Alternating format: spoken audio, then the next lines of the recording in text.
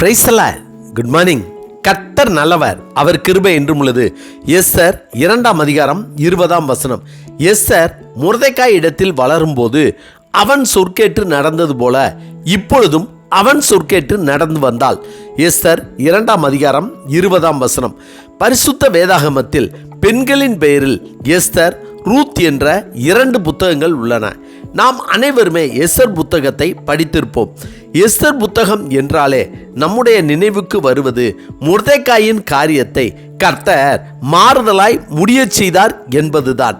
தாழ்மையில் சாவின் விளிம்பில் இருந்த மொர்தெக்காயை தப்புவித்து பாதுகாத்து உயர் பதவியை கொடுத்ததை பற்றிய சம்பவம் தான் எஸ்தர் புத்தகம்.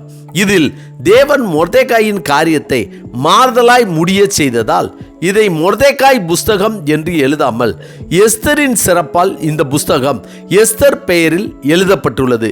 அப்படி என்ன சிறப்பு என்றால், முதலாவது, தன்னுடைய ஜனங்கள் அழிவிலிருந்து காப்பாற்றப்படுவது மாத்திரம் அல்லாமல் அவர்கள் அந்நிய தேசத்தில் பாதுகாப்புடனும் மதிப்புடனும் இருக்கும்படியாக வாழ்ந்ததுதான். மேலும் 2 காரியங்கள் குறிப்பிடப்பட வேண்டும்.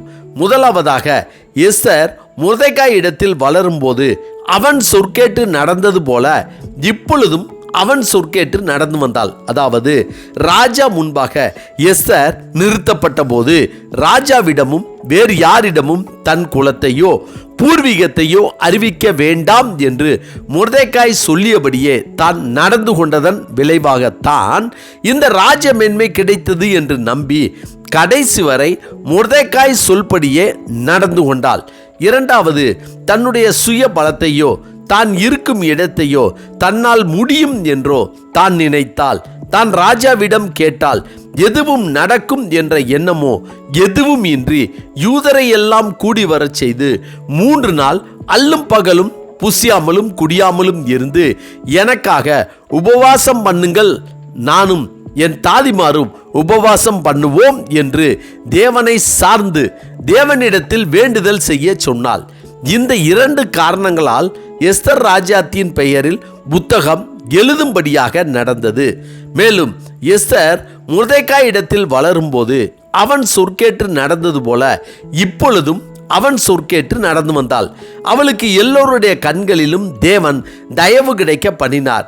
எஸ்தர் ராஜாவால் தேர்ந்தெடுக்கப்பட்டு மிக பெரிய பெர்சிய பேரரசின் முடிசூட்டப்பட்ட ராஜஸ்திரியாக இருந்த போதிலும் புதிதாக அவளுக்கு கிடைக்கப்பெற்ற உயர்ந்த நிலையினாலும் அதிகாரத்தினாலும் எவ்வித பெருமையோ தனக்குள்ள முக்கியத்துவத்தையோ வெளிக்காட்டி அதில் பூரித்து போகவில்லை.